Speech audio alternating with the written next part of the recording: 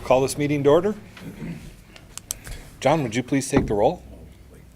George. Here. Harry. Here. And our new guy. Here. And of course, I'm here, Mr. Ebrel. Here. Okay, the roll has been called. I'm looking to get at it. Public comment period. At this time, the commission will recognize members of the public who've indicated a desire to address the commission. Seeing none.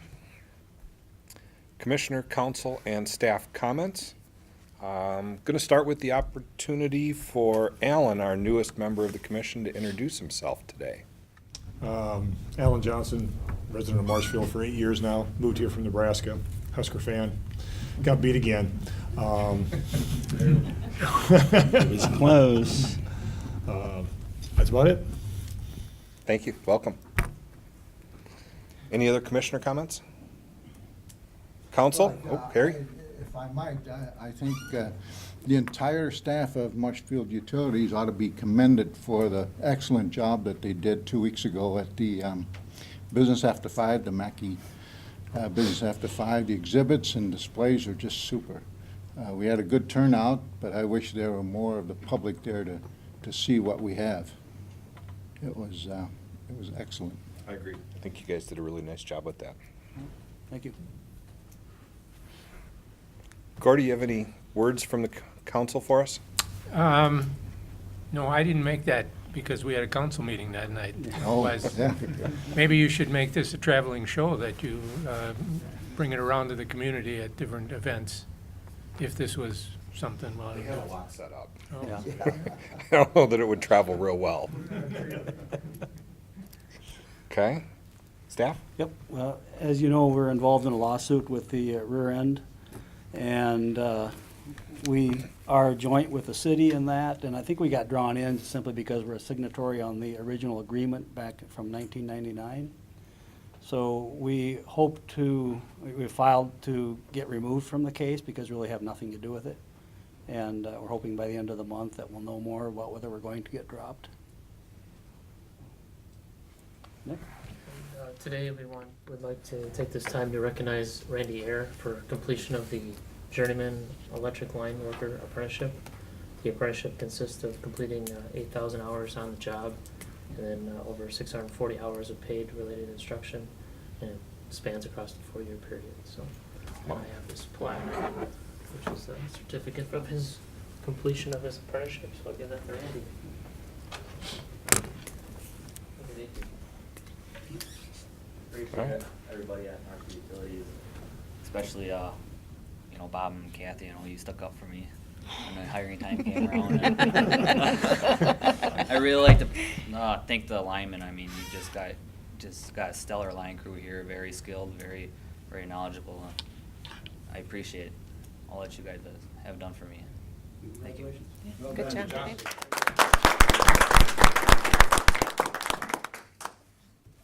And Melissa? So Gary alluded a little bit to the Business After 5. We did host the Business After 5, and we're hoping to actually get the October Business After 5 so that we could tie it in for the Public Power Week.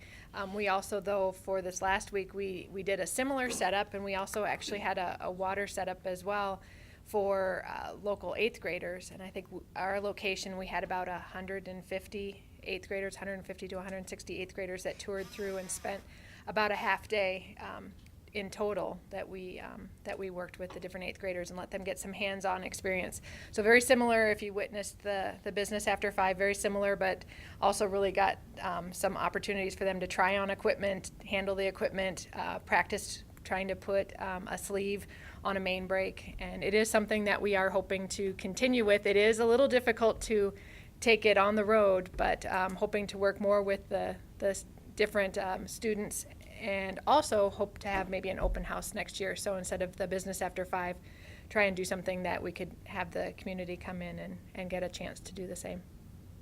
So. Thank you. That's it. Election of officers. We need to elect a president and a secretary for the next year from now until reformation in a year. So with that, Do we have any nominees for either president or secretary? I nominate Mike Eberl for president. Second. Okay. Any other nominees? I move, since there are no nominees, I move that we cast a unanimous ballot for Mike Eberl. Second. All right. All those in favor? Aye. Opposed? Motion carries. How about secretary? I nominate John Majidi. I second that. Done a good job. Are there any other nominees? Okay, seeing none, shall we? I move that we close the nominations and cast a unanimous ballot for John Majidi as secretary. There's a motion, Second motion. second by Harry. All those in favor? Aye. Opposed? Motion carries. Congratulations, John. You got it for another year. Okay, board governance is our next topic. And after our working session on board governance with Steve, we broke that out into a couple pieces. Everybody gave me their different priorities from that. And tonight's topic to delve deeper into is the topic of discussion of how our utility provides value to the community and how we share that value, how we tell everybody, our ratepayers and our common council, our city, about the value that the utility is delivering. So, let's spend some time on that and just kick out. Some of the questions that there were 6 points that came out of our discussion, and I'll just read them off, although we don't have to stick to those. How do we convey the value of the utility to the council, common council, on at least an annual basis? How do we convey the value of the utility to the citizens and ratepayers on at least an annual basis? Should the commission drive an annual joint meeting with the common council to share the value of the utility and high-level themes or strategies we're pursuing? What portion of the value of the utility, what portion of the value that the utility provides to the city is comprised of the dividend? We have a lot of talk about the dividend. What does that represent?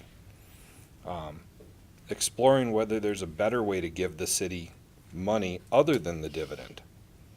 Whether there's something above or below the line, whether that makes any difference in how we give the city money. And then, how do we contrast the value provided by Marshfield Utilities to what the city would see if we didn't have municipal utility, if we had an investor-owned? What would that look like? How would it be different? So, John? I'd like to chime in and say that that last one ties into the first two in my mind. Excuse me. Articulating in words that people can grasp, understand, and put to use in their own circumstances of what the savings of having a municipal utility versus an investor-owned. It could be simply the average IOU cost for a kilowatt hour is, yours is, the average residential customer saves this much money, the average business customer saves. That seems to me to be a very simple thing for us to pull together once a year. We can put that in ratepayer envelopes as billing goes out. We can put it on the website, we can Facebook it, we can do a presentation to Common Council. And I think that you pull those first two and that last one together by simply, the common denominator here is you're getting the highest possible level of service for a price that you simply cannot beat in a investor-owned utility. Absolutely. The two pieces with the what is the value and how do we convey the value. I think that monetizing the rate differential between what an IOU would charge here and what we charge, easy task. Don't think that's all of the value that the utility provides. Say more about that. Because we have the local utility, the local plant provides local investment in equipment, and we have local employees that wouldn't necessarily be here if it was an investor-owned. So we're providing the local jobs, and the multiplier in the local economy is also a value to the community. I think those are all good points. Is there a way to articulate a value of that? I'm sure there's some The formula investment, somewhere. the tax infusion of having local employees who are vested in the community because they work here and they're part of your community. I like that. I think that's very good. And I think that portion, both the pieces so far are both values to the city, who we talk about the common council, and also to the ratepayers. Because that local piece. Then there's the pilot payment, which is cash again for the city, which has to be included in that value of the utility, and the dividend, And the donations. and the donations. And then there's things like the gentleman who was painting on the side of the St. Vincent de Paul building. And fire and rescue needed the utility to come out and assist them because of proximity to power lines. Those kind of public services that are provided by the utility, I think are worth mentioning and cataloging and bringing together in front of both the public and the council to just sensitize people to, this is extra value we're bringing. I agree. And in fact, we can put numbers to most of this stuff. That incident that you just described, you can't put a dollar value on that. But the more of those things that we catalog, the more local, the more invested in the community, the more a partner the utility appears when we're doing all these things. We're just not talking about that. Self-promotion is not something that I would consider any of us to be particularly comfortable with. But we're doing these things because we're neighbors. Fire and rescue calls you. There's not three different, hang on, let me transfer you to somebody I don't know. Hey, we need help. You go. Okay, that there's a neighborly thing. There's a community aspect to that that you don't get when you're working with a large dispersed entity. I think it has great value to promote that. I picked this one example, but I would imagine that there's plenty of those that happen throughout the course of a year. Just this evening, we had a lineman make his journeyman status, right? The investment in that education, 8,000 hours, by the way, that's incredible. The discipline it took for you to do that, I'm very impressed. That investment in educating people and providing them good jobs in our community because we're being a team, let's talk about that. That brings value to the city. That brings value to the people that own this utility. So we've got a financial value with a couple pieces. We've got a community participation value, which we can't put a dollar on, but we can talk about. Can we find a way to convey value in the fact that there's local decision-making? As opposed to if you were We Energies, where do decisions get made? In Milwaukee. In Milwaukee. Among people that you don't know. And among people who aren't even visiting the community, much less living here. How about, we're talking about making the case for not doing anything other than public power, how about the value of the asset that the utility is in terms of an ultimate payout to the city if it ever did want to sell it?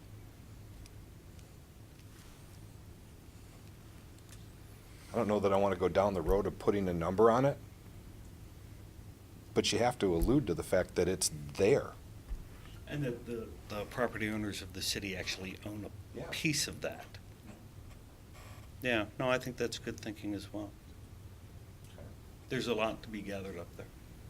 So if this is a annual conversation that we want to have with the council and with our ratepayers, and certainly, some kind of annual report along the lines of what the fire department does, but focused on the value of the utility to the common council.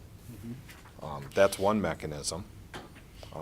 A stuffer in the bills is another mechanism. I'm actually just picking up on your comment just a moment ago, a year in review. What was a year at Marshfield Utility like? What did we do in the community besides provide reliable and safe electric service? Over and above the fact that your lights went on every time you flipped the switch? The water's clean. The lights are on. You know, people get used to that. I'm sorry, go ahead. I was just gonna say, I think you're forgetting also the impact you've had socially. For example, back in 2006, Marshfield Utility through Groundwater Guardian started a drug take-back program, first city in the state to do so. Highly successful program now, especially with the heroin, opioid, prescription drug epidemic we have now. It shows that you've been very proactive. I think that's something you should toot your horn about.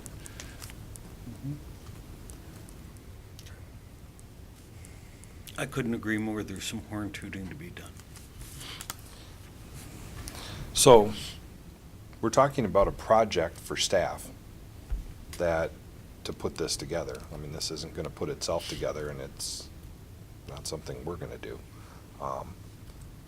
When is a good time to talk to the council about something like this? If we're talking about annualizing this, when's the right time of the year to schedule a meeting with the council for something like that? Next time we Gordy, get- never? Bob is Yeah. listening to this and saying maybe 6 months to put this all together. Yeah. I would suggest sometime other than the fall, because Yeah. Okay. that's budget time. And actually, the spring after the financials, and like John mentioned, when we present the check for the dividend and the pilot, that would be a good time to do it. Well, the meeting where we present the check would be a good one. Right. Well, that might be a little late in the year, because that comes about July, August, doesn't it? No, that's April. April. Comes April? And I was thinking more about March, 3 months following year end, to do a year end review. So, yeah, that's a good time frame. Okay. Good time to do it.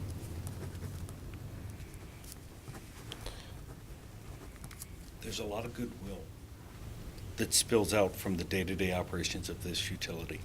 And over the last year, I've been able to pay attention to that at a very high level. And I'm quite clear, it's not well understood or appreciated. Yes, I think we ought to articulate that.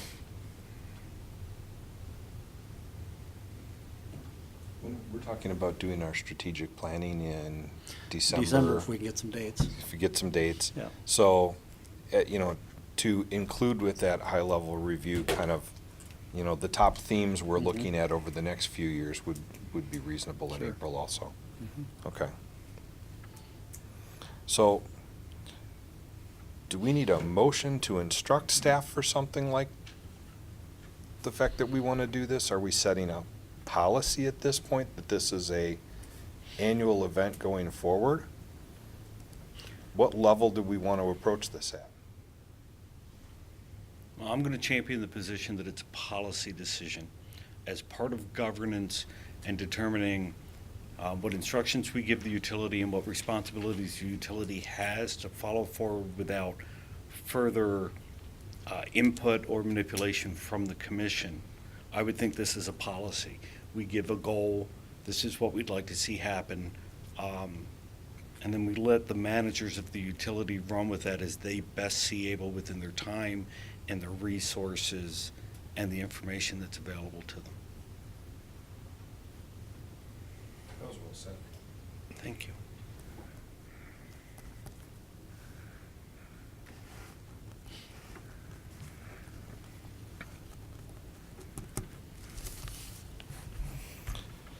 So, we're gonna need a draft policy to come back to us that addresses that. All right. Would you like my notes? Sure. I just thought of another one that I think everybody here assumes that the community knows, and I don't think they do, and that's the fact that the utility purchases land to protect its well fields. And as a result really of good that, one. you look at Wildwood Park, that is, And Hamas Park? and Hamas Park, et cetera, and just the recreational land that has been made available because of the utility. I'm sure if you guys do some brainstorming, you'll come up with even more. Yep. That's stewardship. That's resource stewardship, and there's a lot of that that goes on here. That's very good. Yeah, yeah, right. Any other things we want to throw out before we move on? Good discussion. Approval of job orders, Bob. There are none. That was fast. That was easy. Approval of bills and payroll. Do we have a motion? Oh, I'm sorry, I always get ahead of you. Bills have been reviewed and certified properly. Thank you. Is there a motion to approve the bills and payroll? So move. Motion by George, second. I'll second. Second by Alan. Questions, comments, discussion? All those in favor? Aye. Opposed? Motion carries. Approval of previous meeting minutes. Is there a motion to approve the previous meeting minutes?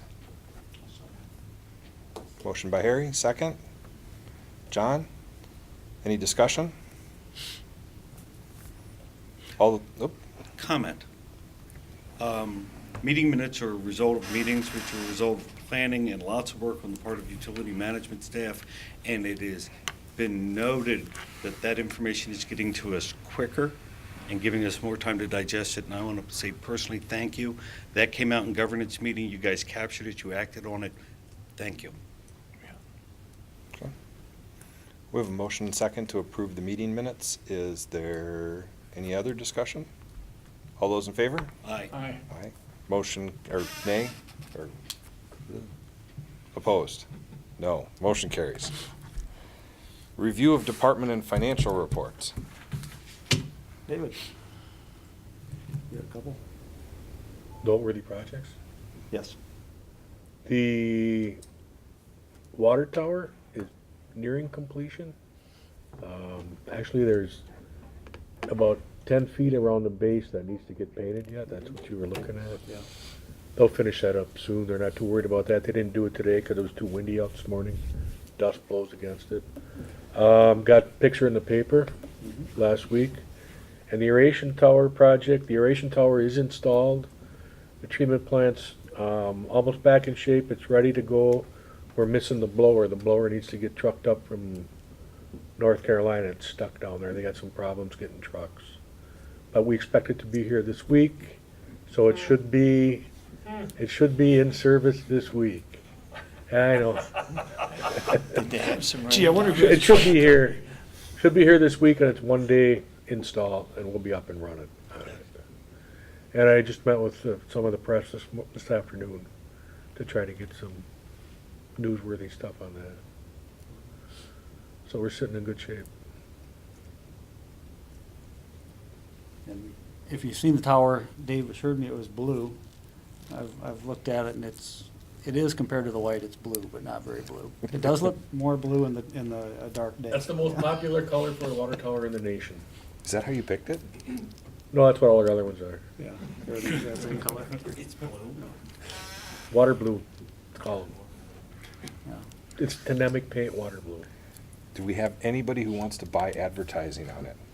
That's another issue for another day. Yeah. Good, We've been talking about that. good. Yeah. All right. Kent? Included with the office report were two schedules. One that shows the schedule of the payments that we paid to the city of Marshfield.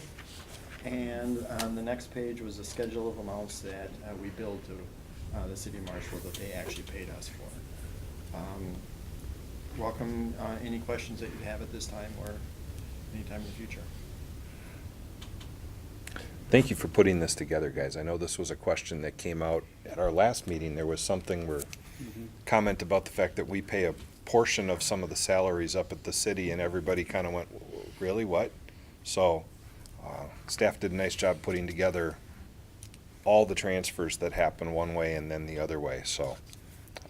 Being able to see that, being able to see that in one glimpse. Yes. Is really educational. You can see the balance, you can see where the trade-offs are, and the synergy of what's going on between the two entities. So it's very illuminating to be able to see that. And I agree with Mike, it probably was not a simple task to do that, but it definitely helpful. Steve Barg and I will be talking some more about the share of the clerk's salary in the finance department. because there's been some question on that. I think Ken and I were talking about it, we think it originated back when they used to process our bills. And it hasn't happened for many years, so we're hoping we can get rid of some of that.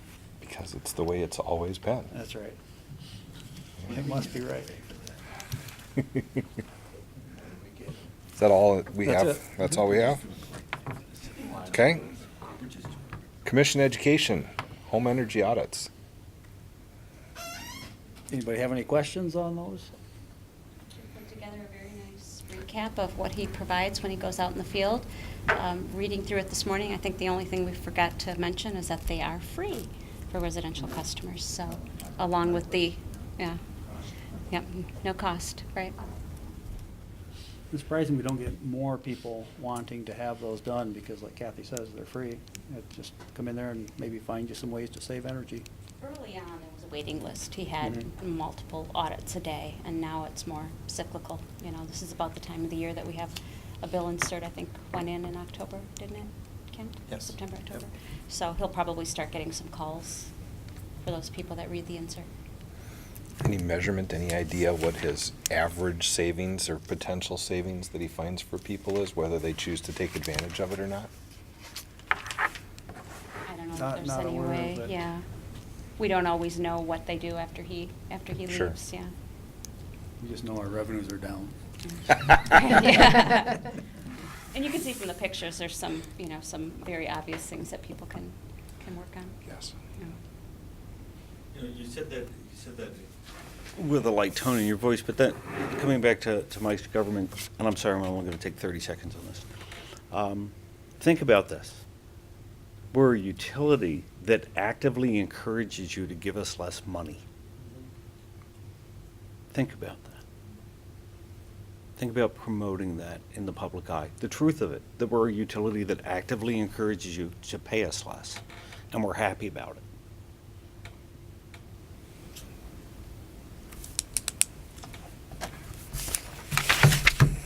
Is that all we had on that one? That's it. Okay. Is there a motion to adjourn? I so move.